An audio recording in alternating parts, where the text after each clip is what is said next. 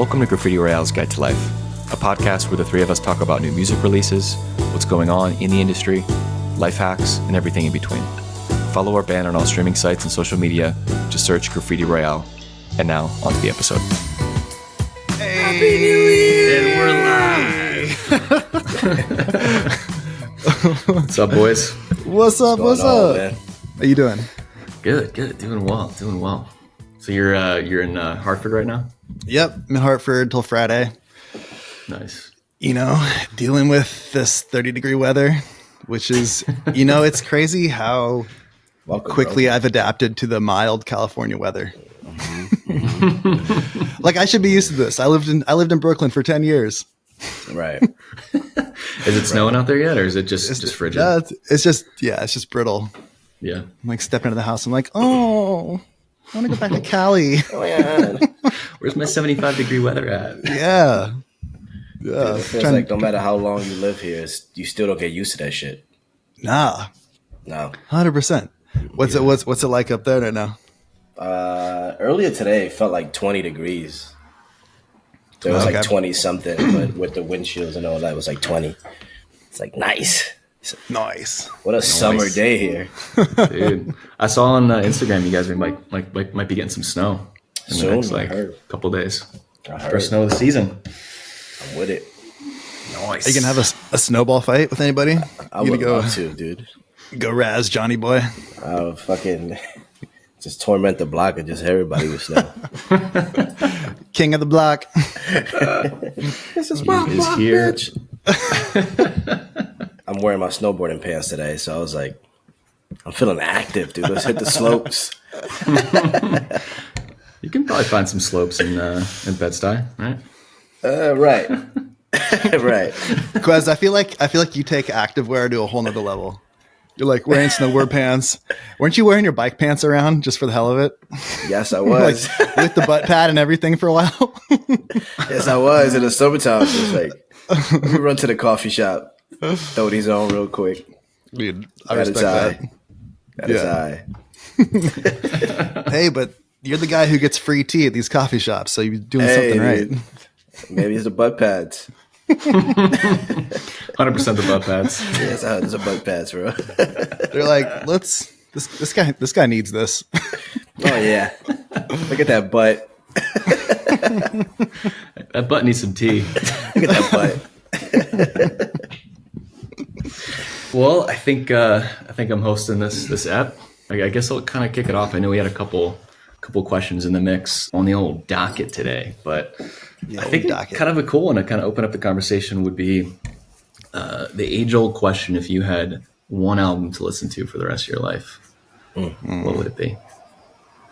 I'll kick it off to Ty first. Kick it off to you. This was kind of a tough one, man, because there's a lot of artists that I love that are very nostalgic that I grew up with. I feel like a pivotal album in my musical development, and especially for bass playing, as well as an album that I just always listen to a lot still to this day, is Battle of Los Angeles by Rage Against the Machine. Just like the energy that he brings to that with his lyrics on top of just like these super powerful drum, guitar, bass combinations from that trio is like, it just gets me every time. And I also feel like every single song on that album is so good. Like there's no point in that album where it like dips down for me.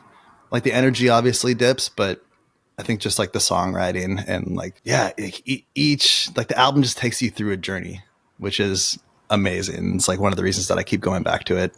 Yeah. And so, for me, I think it would be that. Nice. Would you say you listen to that like every year? Do you go like little pockets of time or years without listening to it? Or is it something that's more or less like you can count on throughout a given year, you're going to listen to it at least once, or at least a couple songs from it? Yeah, I probably go through the whole thing. Yeah, at least once or twice a year. Yeah, awesome. I mean, it's such a classic album too. Yeah, it really is like a body of work to me. It's like I don't really see that album as individual songs. I see it as an album. So if I'm gonna like jump to it, like I love the first song, Testify, the way the album starts off, and then anytime I listen to that song, it just puts me in the mood for the rest of the album. And so I'm like off on this journey all of a sudden. So Yeah. I love that. Yeah. Love that. How about you, Quez? I was going back and forth between two artists with mine. But, I think for the ones who don't know me, I think this would be a very funny answer for people. But for the ones who know me, it's a no-brainer. I think to me would be like Nellyville by Nelly. That dropped in like 2002, and it was such a great time for me. So many good memories when I go back listen to the album still today. I think a lot of his melodies on the album, a lot of his rhyme schemes were super dope to me at the time, and kind of that was a good time for me and it motivated me to rap as well at the time, like learn how to like change my flows and stuff like that today when I rap. So like, I feel like Nelly is such a iconic legend in the game, and I feel like that album is not spoken about. I think this is such a great album, man. Everything from first song to the last one is such a cool album. But I think it has one of his biggest hits on there, "Hot in Here," one of his biggest songs in his career. So that says a lot alone, So, yeah. But if I was also going back with like Lil Wayne too, the Carter 2. The Carter 2 by Lil Wayne was crazy. But yeah, between those two artists, dude, like, so monumental in the game. Yeah. Was it special because I know you guys took a road trip out to Utah? Was it last year or 2 years ago? It was like 2 years ago, right? Yeah, I stopped over. I'm looking for those pictures on my phone right now. Dude, yeah, man. Even just stopping at the St. Louis Arch, it was like such a cool thing for me because growing up listening to Nelly and being such a Nelly fan, dude, yeah. That right there. There we are. Right there. This is right before we took off our shirts and wrapped under the arch. Yeah, like Nelly did in this music video, shirtless. We redid the Country Grammar video. Yep, taco meat out.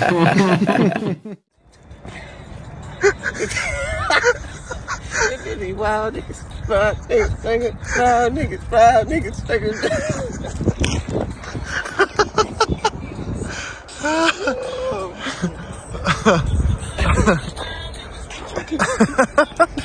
Classic. It's like a classic.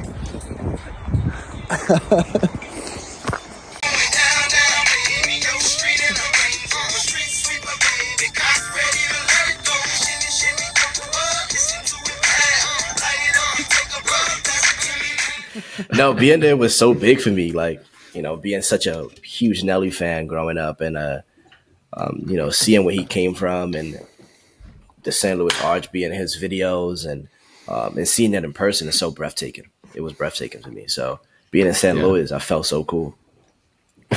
You looked cool. Awesome, man. Thank you. You too, dude. You guys both look cool. You look cool too, bro. You too, man. Thanks, dude. What about you, AG? Yeah, man, I was kind of torn a little bit, but I landed on Radiohead. Their album In Rainbows definitely would be in like the top 5 if I made like a top 10 list. But yeah, I thought, like, I'm a huge fan of the Bends, which was their first album that came out. And but that, like, when they first came on the scene, they were like kind of like more straight, kind of like UK indie rock. But then they had other releases come out and they started to take a more experimental approach. And I felt like In Rainbows was like a perfect blend of those two albums, basically, that I really love. Like you were saying earlier, Ty, like about just albums being a complete like work as opposed to just a collection of songs. I think we talked about it like during our last episode, but I feel like this one has one of my favorite songs of all time, Weird Fishes. And it also has just like, I feel like there's a moment and there's a song for every moment. Like I feel like I could listen to that for the rest of my life, and no matter what experience I'm going through, or good, bad, indifferent, whatever, I feel like there's a song that would like catch that and kind of hold it well. That's a really good one, man. You can't go wrong with Radiohead. Yeah. They're still on my bucket list. I haven't seen them live yet, but yeah. Have you seen them? Not as a band, but I got to see Atoms for Peace. I think that was like 2013 or something at Coachella. So that was Tom York with Flea from Red Hot Chili Peppers, I believe. Oh, sweet. I forget who the drummer was, but yeah, that's the closest I've gotten to seeing them. Yeah. And it was great. Yeah, Tom York is killer. He has like the most confidence to me because his voice isn't something that you would classify as like great, I feel like when he's singing, like it fits the music really well, but I feel like just his confidence to just sing especially early on, like when Radiohead was first starting out. I feel like that was just such a cool, empowering message that he was sending. Like, yeah, my voice isn't perfect, but like I'm doing it. So yeah. I mean, and like he's one of those guys that he like has found like the pocket so nicely with his voice, like you're saying. Like his lyrics are pretty out there if you read them, you know, and they do make sense. But sometimes in those songs, it doesn't even matter what he's saying. It's just like the way he's bending his tone and how he's like playing off the instruments. It's just like, it's pretty genius, to be honest. I feel the same way about homie from Rage Against the Machine. Yeah. Yeah, his rapping ability was just like, so like, it was different at the time. Yeah. You know, and for a rapper to like articulate himself to that level where how he did it was like awesome and fucking very empowering. And the whole, and it matches so well with the whole message that they had as a band, you know? They were just trying to get that message across. So the way he rapped about it, in a way, the passion, you felt that passion. You felt that, how much he believed what he was saying, you know? Right. There's like there was like a fierceness behind his voice, like razor blades or something, just like, just cutting through, and like in such like a tasty harmonic way, though. 100%. Like pretty totally. Timeless. Yeah. No, it's incredible. No, that's cool. It's cool. We all landed. And Nelly too, man. Like I remember. Like I went to a new school when I was after elementary school. For middle school, I went to a new school, and I remember like getting ready the night before to go to like the first day of school, listening to country grammar, like trying on like a new outfit, just feeling so cool. Dude, I remember when he came out, man, there wasn't too many like melodic rappers like that. So for him to come in the game like with some cool melodies and rapping, you know, I feel like that paved the way for like Drake today and so many different artists right now who are doing the kind of the same, you know? So big ups to him. Yeah, you don't often get Nelly in like the best of lists. At least in like just normal conversation, Yeah. But he should be. That little rappy singy thing wasn't really much a thing. Ja Rule started doing that a little later, you know. Pioneer. Man, that'd be a pretty badass concert. Rage Against the Machine, Nelly, Radiohead. That'd be crazy. We gotta set that up somehow. What is going on? I'm on overload. That sounds like a SOB show, dude, that we used to host. Oh yeah, dude. Get that. Those artists were definitely of that caliber, right? Dude. Just all kind of different genres of music put together. Like, what the hell is going on? All the pioneers of New York City. Right, you feel me? Oh, man. No, there was some really dope artists. The pioneers of New York City. Love it. That could be a great band name. Side project. But speaking of all the different genres and as it relates to like streaming, have you seen the new have you guys seen the new Spotify policy that came out recently? It's going to like take effect in 2024, basically saying that a song has to reach 1,000 streams in the previous 12 months before it can start making money. Yeah. They were like, these artists are figuring it out. Let's raise it up a little bit. Dude, and I was like reading into this a little bit. I didn't know there was like apparently there's a large streaming fraud strategy underground situation where artists will just upload like a ton of tracks and then they'll just kind of take all the little small earnings from all those tracks basically. And it's to the tune of like 40 million a year that Spotify pays out. You mean like upload like not their own tracks?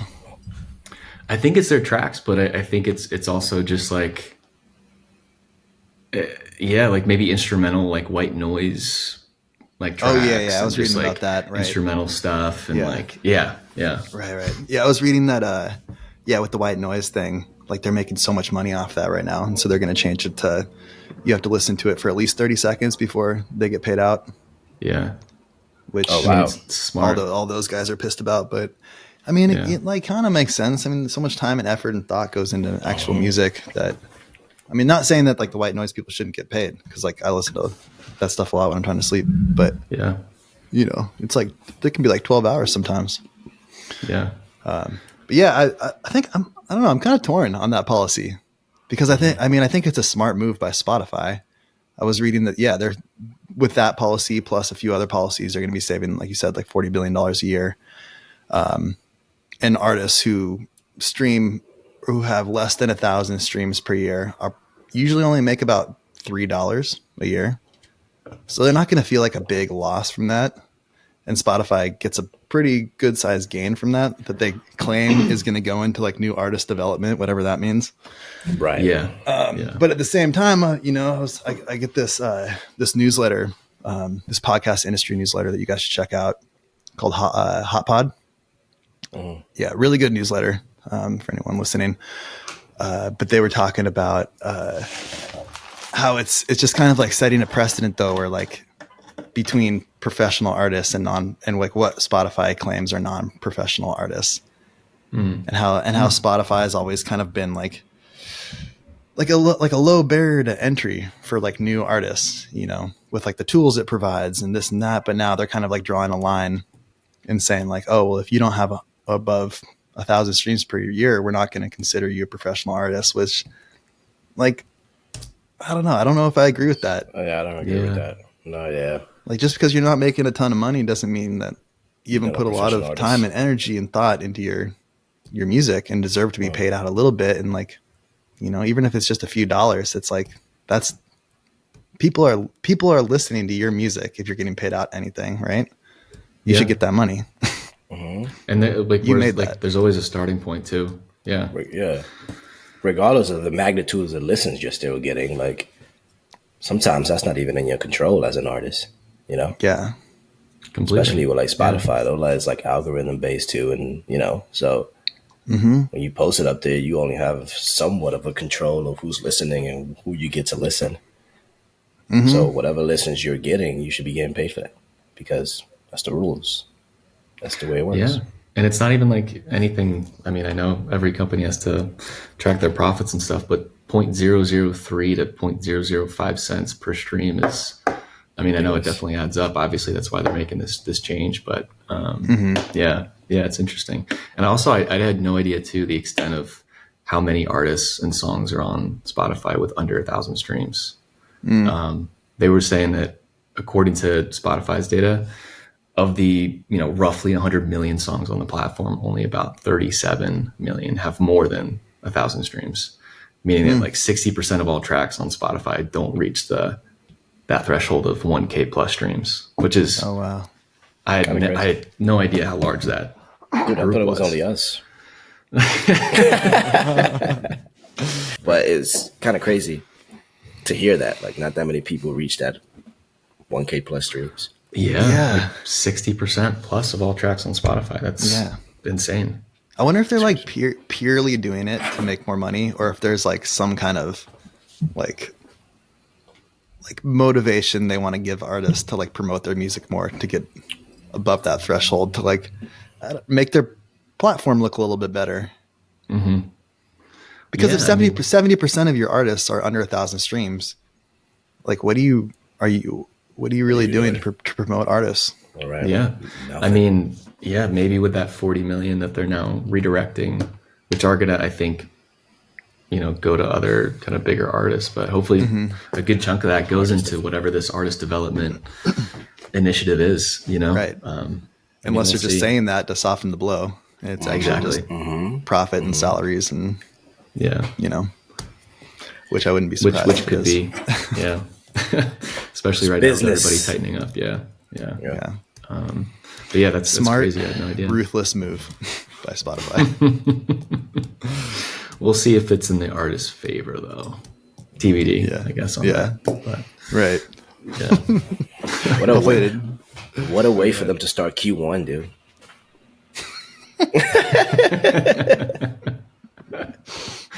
The old Q1. The old Q1, dude. I hope their KPIs are in. Right. Oh, they're in. Gotta assess those, you know, give out some bonuses. Right.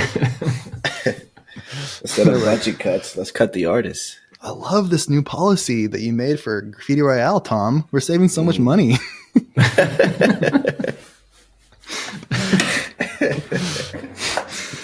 always a Tom somewhere in the mix. Gotta know I went with Tom.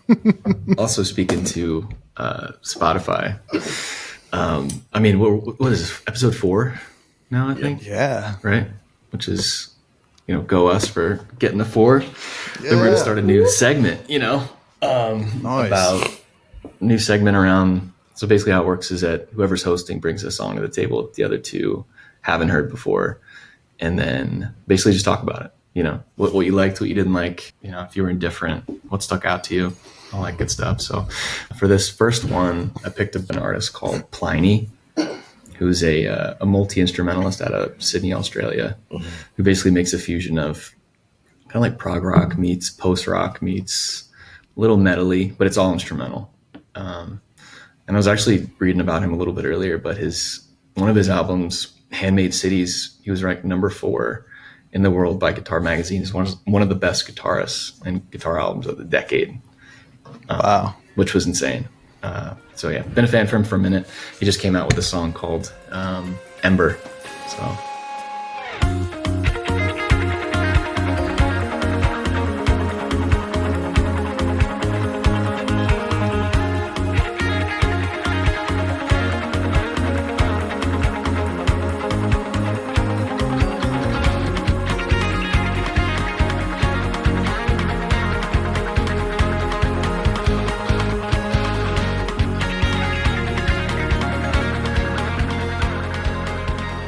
I'm super interested to hear what you guys think, because I think it's like a genre that you guys don't maybe listen to too much of. So yeah, I guess I'll kick this one off to Queasy first. Dude. Now let me stop. So I'll go back to Tyler now. Wow, great review. Yeah. It's funny that you said that, like they rated him one of the was big guitar albums in like history or some shit like that, because that's what stood out. Yeah, that's what stood out to me. Like those guitar riffs on that song is amazing. Homie is sick. Like everything is balanced so well. The drums are so good. Yeah, it was fucking dope. Like I definitely want to continue listening to the whole album. I saw he got an album out. I want to definitely continue listening to the whole album and see what he got, because it was very impressive. I loved it. I enjoyed every moment of it. It was so sick. I love how upbeat it was. It was kind of weird at times, the way certain instruments was mixed. But it all sounded very well together. Like it was super creative to me. And very like you said, I've never really heard anything like that. When we think about instrumental like songs, we think about like what? Maybe Tame Impala, maybe like Carimbin and stuff like that, and that kind of genre that's like being pushed more these days. I think Homie is on a different level. Is he like in a group, or that's just him? I mean, he has a backing band, but it's basically, I think he composes everything and like puts it together. Dude, it was sick. Yeah, that's awesome, man. It was sick. I was super curious to hear your opinion, just because, like you don't listen to this kind of music too much. It was sick, dude. That's awesome. What about you, Ty? Yeah, man. No, thanks for sending the song through. It was like really fun to listen to. I don't really listen to this progressive rock genre that much, but it reminded me of other stuff that I like a lot. Like a little bit of like L1011 in there. A little bit of like Joe Satriani. I don't know if you guys have ever listened to that guitar player. I used to listen to him a lot when I was a kid. But very just like solo-y, guitar forward. There was almost like an Irish jig towards the beginning for a moment. That just like popped in and popped out, which, I'm Irish. That was awesome. You chugged a beer to that? Yeah. Just like cracked a Guinness, pounded that real quick. For some reason, you said that in my mind. I just saw you like clapping your feet together and like. I was like, ooh, yeah. 90% Irish, baby. Yeah, man. It was a really cool song, and I think that I'm not surprised to hear the accolades that guy's gotten. It felt like a guitar flex hard. Like he was just like ripping it the whole time. It was like I feel like I could have used. There was a moment where it slowed down. There was like a change, kind of like 3/4 in the way, which like felt like a nice breath of fresh air. I'd be curious to listen to more of his stuff to see what other kind of moods and directions he takes that style in. This one felt like very triumphant, like a celebration, and just, you know, he just seemed like he was in a really good mood when he wrote this. And it put me in a really good mood. So that's awesome. I felt good listening to this one too. I felt like, you know, pretty optimistic, like you said, pretty triumphant. Like things are gonna work out. You're gonna push through. You're gonna be just fine. But yeah, that Irish jig stood out to me too. I think it was around like a minute in. And just like really just opens up the track at that point. I felt like, and then there were like a couple, like right after that, like other guitars came in and just had this like washing effect with like the chord progression. It just like it was like a really strong way to start the track. I loved it, man. I wish like I feel like I wish some of the earlier parts because I feel like he played around a lot with tension, like releasing tension throughout the whole time. And I feel like in the beginning, the first half, there were a couple heavier moments that I wish he would have maybe just continued with for a little bit longer, because I felt like just as I was like coming around to it and like understanding it and like feeling it, it would switch. But that's cool too. And it kind of led to a good build up at the end. But it was I feel like most of his music is pretty uplifting in a way, which is why I like listening to him, because you don't really get that too much with this style. That's a perfect way to say it, uplifting. It was like, I felt that way. Like, fucking pumped. In a way, That was fucking dope. Good job, dude. Nice track, job, man. Dude. I think the listeners will appreciate that too. Get a little clip of it in here. Nice, guys. Yeah, glad you enjoyed it. Wait, where's he from again? He's from Australia. Okay. Yeah. Yeah. Yeah. I was looking on his similar artist list too, and there wasn't many that I knew. Is this like a genre that you know other artists in as well? I know a few other artists in the genre. But yeah, most I don't know too well. But he's one of the ones that like always stuck out to me. Yeah. That's cool. It's like a really interesting genre. There's another band called is. Animals as Leaders that I really like. But I heard those guys. Yeah, those guys are sick. Are they the same way, like instrumentals kind of? Yeah, full instrumental. It's a trio. Gotcha. But just like super technical, and I feel like it'd be amazing to see them live. But it's a cool genre and subgenre of metal, I guess. Who's hosting next? Is it you, Ty? I think it is me. Yeah, nice. I'm curious to see what song pops out. Oh yeah, just Irish music. It's always an Irish jig. To go dust off the old Flogging Molly records. Great band. I'm trying to think what else we didn't kind of cover. Oh, Thanksgiving. Did you guys? So you guys were, I guess, where were you for Thanksgiving, Ty? I think you were East Coast. No, I actually stayed in Cali. Yeah. Oh, you stayed in Cali. Okay. Yep. Okay. I was with my parents, which is just amazing. One of the main reasons I moved back to California was to be around them, and just the ease in like which we can hang out now, especially for these kind of holidays, is just like super soul fulfilling. And so we had like a really nice little family moment. That's awesome. That's awesome. Yeah. Yeah. How about you guys? I was in Philly for it. Yeah. For a little bit, visiting some family. So yeah, it was nice to get back there. Good family moments. Yeah. Nice. Yeah. How about you, Q? I was home, just chilling. Yeah. I just took that day as like a regular day to kick it. It's kind of hard for me to travel back home to my mom's house on holidays like that due to work. But yeah, no, I'm excited for Christmas. I'm gonna head over and spend some time with the fam. So I'm excited for that. Nice. Nice, man. Awesome. Yeah. I was just at home watching the Squid Game challenge. Oh, how's that? It's it's entertaining. Well, speaking of holidays and not so much Squid Games, but Thanksgiving and stuff, had a question for you guys, because just it's like around this time of year, everyone does, I think, just naturally think about the year and what's next year's, what the next year is going to look like, and what went well, what didn't go well. But as far as like just what you guys are thankful for outside of like the standard, like family, friends, health, job, like that normal stuff. Like I'm curious if there's one thing that stands out to you guys, whether it's like a habit that you picked up or like something you never would have expected, that when you think, what you're thankful for, that kind of just, is in the running.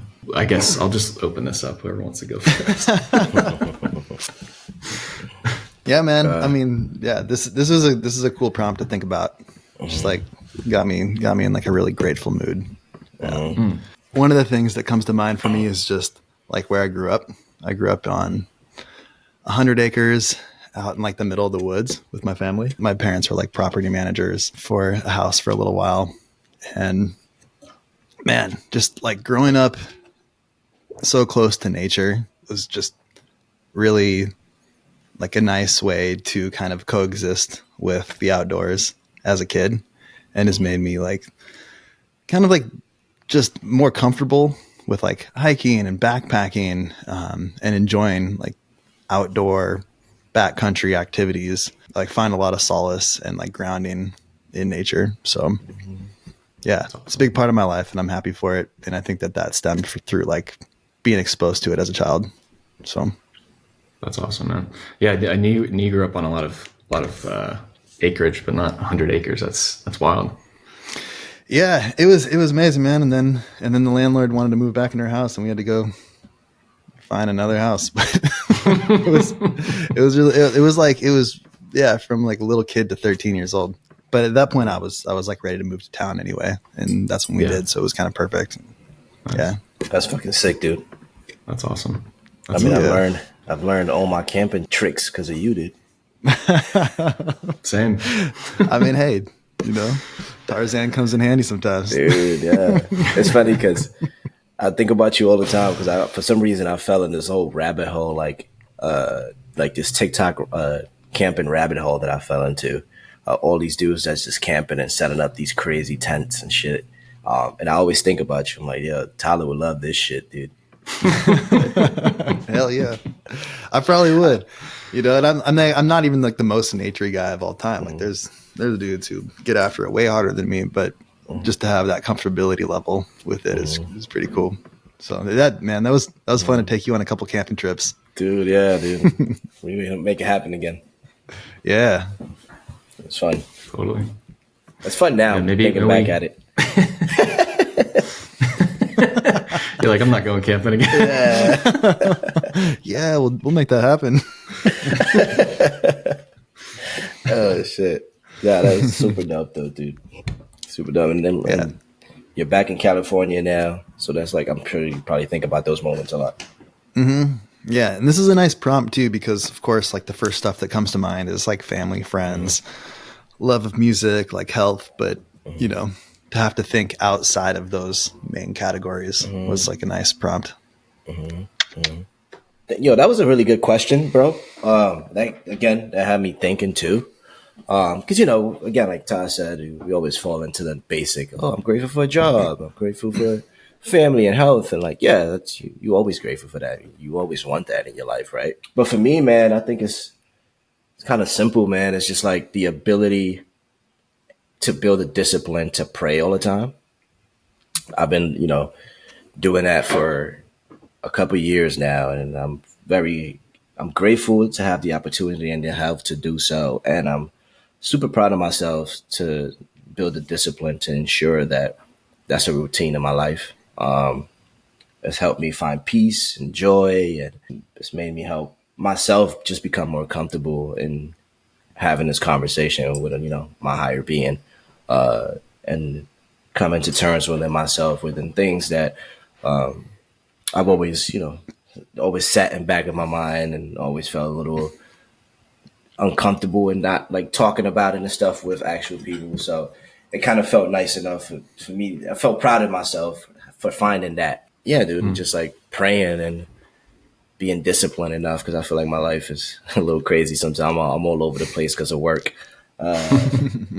So I feel like that's always the focus, but to find that time for myself to sit down and pray has allowed me to do a lot for myself. It makes me really happy to know that thinking about it, I'm like, wow, dude, you've been doing this for a couple of years now, and you find a discipline and you make sure that happens no matter what. So proud of myself for that. Yeah. That's awesome, man. And you like, how often do you pray? Is it kind of daily, weekly? Well, kind of... once a day, twice a day. Yeah. 1 to 2 times a day. Yeah. Yeah. That's awesome. Always, definitely before I leave my house every single day. That's definitely a must. Can't leave my house without it. It's always been a thing for years. Even us living at 477, that's always been a thing for me. Yeah. So, at least once or twice a day. Yeah. Yeah. I remember you praying back. Yeah, I've always respected that. About you, man. Thanks, dude. Thanks. Yeah, That's cool. Yeah. That's awesome that you have that. You can kind of rely on, Yeah. Yeah, it's nice to have these, like, I mean, you got me thinking about my relationship with nature too, and how that's kind of like almost like a spiritual relationship in a way too. It is. I feel like I have to bring myself out there to like feel grounded, and that's praying in a way without, actually 100%. Saying the words and stuff. But I mean, it's like finding those like little ways to ground yourself is 100%. Pretty important. I feel like we all have different ways to ground ourselves, and I don't feel like there's a wrong or right way to do it. It's whatever fulfills you and you find joy in, Yeah. Totally. It's cool that those themes can find their ways into our songs too. Yeah, dude. Yeah. Yeah. Mm-hmm. I feel like I talk about it kind of frequent in our songs. Yeah.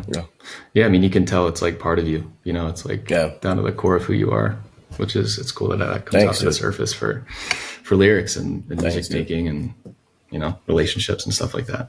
Yeah. Thanks, dude. Appreciate that. That's dope. Yeah. What about you, I had a similar one. Not praying necessarily, but still kind of like a grounding thing. It was meditation. So kind of to your point, Quez, I mean, to you too, Tyler, just from like a spirituality standpoint, just something that it kind of grounds you. I picked it up when I was in my 20s after I moved to New York. It was like super strung out. I was like super broke, like working jobs, running around the city. I think it just fried me. And then I kind of just, found meditation, and I was able to just kind of, quiet my mind and like settle down. And like, I don't know, it gave me a good added perspective and place to retreat to. That I still do now. It's like a safe space almost, where I can, if I'm like feeling overwhelmed or stressed or conflicted or like stuck, or I just can kind of go there and get some clarity and peace. So it's been, outside of the typical, thankful ones like we've already mentioned. Like I think for me that would be one. It would be maybe like a number 5, number 6. So it's dope, nice, man. That's awesome. Yeah. Sick. Just a quick question about meditation. Like if anyone's listening right now and is curious about meditation but has never started, like what's a good like goal to have when you're first starting out? Yeah, I mean, I think you could do like, they have a lot of apps now. They have like the Calm app and like Headspace and stuff, and then you can do some guided meditations that are like 5 to 10 minutes, and it'll have someone just kind of walking you through the process, like sitting down and like your breath work and how to treat your mind. And then I think after a while though, after you do that a couple times, you can maybe push a little bit forward and just try to sit for 10 minutes and 15 minutes or 20 minutes as you can kind of work your way up. And I feel like there's a misconception when people going to meditate to alleviate their thoughts, but I think it's healthy, especially in the beginning, to just like let your thoughts go, like just have them come in. You can like think about them. You can like, don't force them out and don't force them in. Just let your mind just kind of like fire off as many thoughts as it needs to. And then after, if you do that consistently enough, like the frequency of those thoughts will calm down a little bit, because it's like all the junk that's just been like stuck in your mind for years. It's the release of that. At least that's been my experience. I got up to an hour a day at one point when we were all living in 401. And that was like such a healing time. I feel like by the end of that time, like I felt like I didn't have that many thoughts, and the ones that I did still have, I was able to kind of sit with them. And I think it's nice too, to be able to not push away thoughts too quickly, and actually like analyze them and kind of think about them. And it can give you can kind of rise above those thoughts a little bit. So that's like when I feel like I'm ever stuck or I'm conflicted, I'm like working through something, to just like sit for 20 minutes and think of that. and then I'll slowly like kind of almost like seemingly rise above it, and I can kind of look at it detached in a way. But long story short, I think you can kind of get started with like Headspace and like some guided meditations and stuff. Yeah. But meditating is intimidating, man, at first. You know, because I feel like I've tried that a couple times in the past, and all these thoughts that come to your mind and everything that you think about all at once, it could be so simple. Like, what am I going to eat after I'm done? You know, like little things like that, it just becomes so much sometimes. And you're like, oh, okay, that's it. Quiet down. Like, chill out, you know? So it can be so intimidating sometimes. But I don't know. I feel like I think we all do think about so much all at the same time sometimes. And right. When you sit down with it all, you're like, oh, this is exhausting a little bit. Yeah, totally, man. I mean, even now, like I don't meditate super frequently.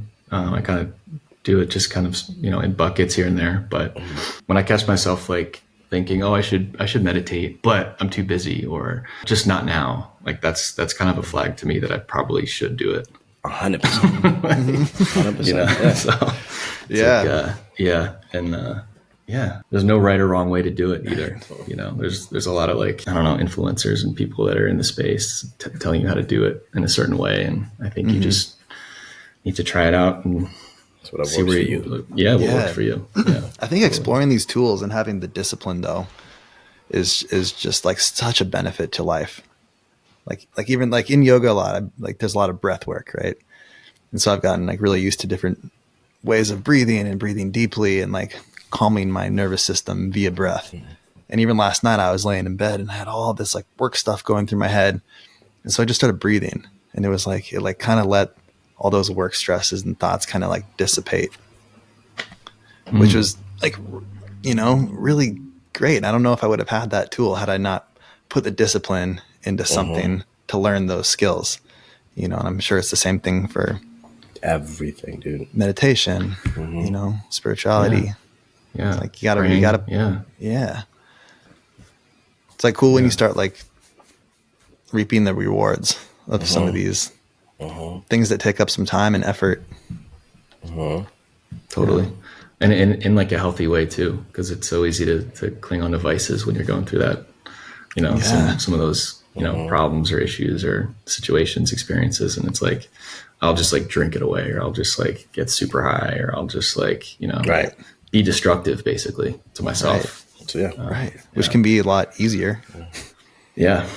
Definitely easier. I might do it after this, but we'll see. It's so funny because I just on that note.